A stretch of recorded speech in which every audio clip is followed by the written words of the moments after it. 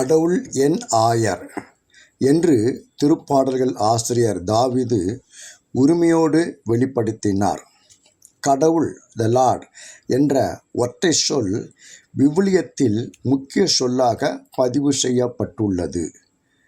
தற்காலம் present tense, கடந்த காலம் past tense, எதிர்காலம் ஃபியூச்சர் டென்ஸ் என்ற 3 காலங்களையும் குறிக்கின்ற ஜெகோவா என்ற எபிரேய வினைச்சொல்லை வர்ப் குறிக்கிறது.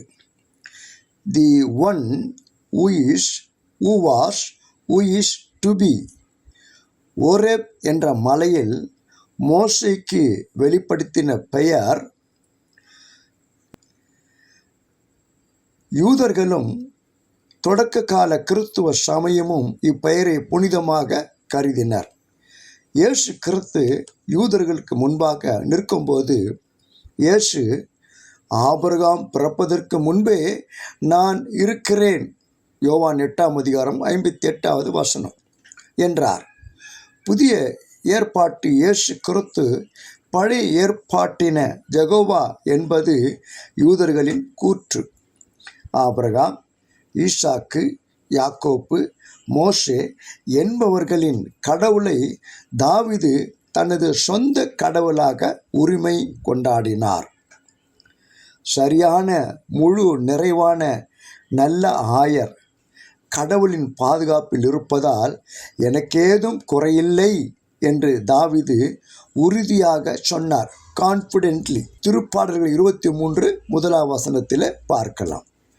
தாவீது வாழ்நாள்களில் மந்தைகளுக்கிடையே வேட்டை விலங்குகளான சிங்கம், கரடி போன்ற விலங்குகளின் அச்சுறுத்தலையும், உண்ணிகள், டிக்ஸ் மற்றும் பூச்சிக்கடிகளின் பிரச்சனைகளை தவிர்க்க ஆயர், மேய்ப்பர் மந்தைகளுக்கு மரங்கள், புதர்களின் கீழ் அடைக்கலம் தேடுகிறவராக இருப்பதாலும், பசும் வெளி அமைக்க ஆயர் பாறைகளின் இடங்களை சீர் செய்து அங்கே ஊட்டச்சத்து மிக்க தாவரங்களை வளர்க்கின்றவராக இருப்பதாலும், நல்ல ஆயராகிய கடவுள் அச்சுறுத்தல் இருந்தும் தாக்குதல் இருந்தும் பாதுகாக்கிறவராக, புரொடெக்ட்ஸ், அமைதிப்படுத்துவராக, காம், ஒன்று இணைக்கிறவராக, யூனிஃபைஸ், தேவைகளை சந்திக்கிறவராக இருப்பதாலும் கடவுள் தன்னை இளைப்பாறச் செய்கிறார் என தாவீது தன் அனுபவங்களை பகிர்ந்து மகிழ்ந்தார். திருப்பாடல்கள் 23:2. இது தாவீதின் தனிப்பட்ட நம்பிக்கையின் உறுதிமொழி. தாவீது உடல் ரீதியான ஆபத்திலும், அதாவது சவுல் அரசரும் அவரது ஆள்களும் தாவீதை தேடி சென்ற போது கடவுள் அவரது வாழ்வை பாதுகாத்தார். 1 சாமுவேல் 23 24-28 வரை உள்ள வசனங்கள், 2 சாமுவேல் 21 15-17 வரை உள்ள வசனங்கள். தனது குழந்தை நோயுற்று சாக கிடந்த நிலையில் இருக்கும்போது தாவீது ஆழ்ந்த இதய வலியை அனுபவித்தார். ஆனால் கடவுள் இழப்பின் போது அமைதியை அளித்தார். 2 சாமுவேல் 12 15-23 வரை உள்ள வசனங்கள். தாவீது தான் செய்த பாவத்திற்காக, குற்றங்களுக்காக வேதனை கடுந்துயர் அடைந்தபோது கடவுள் அவரை மன்னித்து புதிய தொடக்கத்தை அவருக்கு அனுமதித்தார்.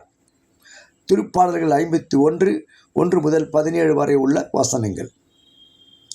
பழைய ஏற்பாட்டு காலத்தில் நீரோடைகளும் ஆறுகளும் குறைவாக இருந்ததால் மந்தைக்கு நீர் மொண்டு தொட்டிகளில் நிரப்ப வேண்டிய கட்டாயம் ஏற்பட்டது. யாத்ராகம் 2:16-17 வசனங்கள். இந்த பணி மிகவும் கடினமானதாகவும் வியர்வையை சிந்த வேண்டிய நிலை ஏற்பட்டது. ஆயர்கள், மேய்ப்பர் இந்த பணியை செய்து ஒவ்வொரு விலங்கினத்திற்கும் தண்ணீர் காட்டுவது அவசியம். அதே போல கடவுள் தன்னை அமைதியான நீர்நிலைக்கு அழைத்து சென்றதை தாவீது அறிவித்தார். திருப்பாடல்கள் 23:3. என் கடவுள் கிறிஸ்து இயேசு வழியாய் தம் ஒப்பற்ற செல்வத்தை கொண்டு உங்கள் தேவைகளை நிறைவு செய்வார். பிலிப்பியர் 4:19. என்று திருத்தூதுவர் பவுல் கூறியது போல நல்ல ஆயர் கடவுள் தன் அனைத்து தேவைகளையும் சந்தித்து அவரே எனக்கு புத்துயிர் அளிக்கிறார் என்று உறுதியாக கூறுகிறார். திருப்பாடல் 23 3ஆம் வசனம்.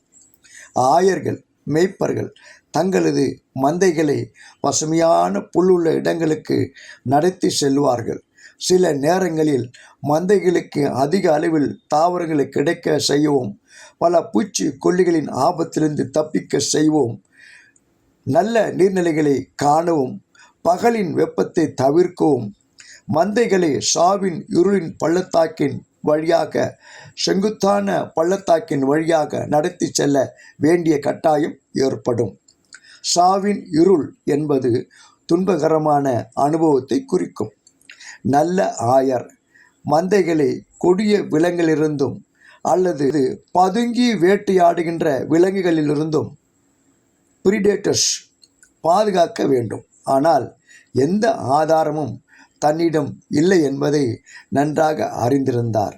அது மட்டுமல்ல, கடவுளின் நிலைத்த உடனிருப்பில் அபைடிங் பிரசன்ஸ் உறுதியாக இருந்த தாவீது, நீர் என்னோடு இருப்பதால் எத்தெங்கிற்கும் அஞ்சிடேன், உமது கோலும் நேடுங்கழியும் என்னை தேற்றும் என்று உறுதியோடு சொன்னார். திருப்பாடல் 23:4. சவுல் அரசர் தன்னை கொல்ல முயற்சித்த போது, தனது சொந்த மகன் அப்சலோம் தன்னை கொல்ல முயற்சித்த போதும், தனது ஆலோசனைக்காரனான கீலோவியன் தனக்கு எதிராக செயல்பட்ட போதும் தாவீது கடவுளின் ஆறுதலான உடனிருப்பை அனுபவித்தார், உணர்ந்தார் என்பதை விவிலிய பதிவுகள் இவைகளெல்லாம் கடவுள் தம் மக்களை, நம்பிக்கையாளர்களை அவர்களது கடினமான சூழ்நிலையின் போது தம் உடனிருப்பால் பாதுகாக்கிறார், வழி நடத்துகிறார் என்றால் அது மிகையாகாது. 1 சாமுவேல் 18ஆம் அதிகாரம் 11ஆம் வசனம், 19ஆம் அதிகாரம் 9ஆவது வசனம், 2 சாமுவேல் 15ஆம் அதிகாரம் 14ஆம் வசனம், 2 சாமுவேல் 15ஆம் அதிகாரம் 31ஆம் வசனம் இவைகளை நமக்கு சுட்டி காட்டுகின்றது. நமக்கு விடுக்கும் அறைகூவல்கள் கடவுள் நம்மை வழி நடத்துபவர் என்பதையும், நமக்கு உணவு அளிப்பவர் என்பதையும், நம்மை பாதுகாக்கிறவர் என்பதையும், நமக்காக தம் உயிரையே தியாகமாக கொடுத்து நமக்கு நிறைவான வாழ்வை கொடுத்தவர் என்பதையும், நமது பல்வேறு கடினமான சூழ்நிலையின் போது அவரது உடனிருப்பு நம்மோடு இருப்பதையும் உணர்ந்திருக்கிறோமா? அப்படியானால் நாமும் நமது குடும்பங்களும் திருச்சபைகளும் கடவுளே, நீங்களே எங்கள் கடவுள், நல்ல ஆயர் என்று நன்றி உணர்வோடு சாட்சி பகர்வோமா? அவர் எப்போதும் போற்றி புகழ்வோமா? சிந்திப்போம். கடவுள் உங்களை ஆசீர்வதிப்பாராக. ஆமேன்.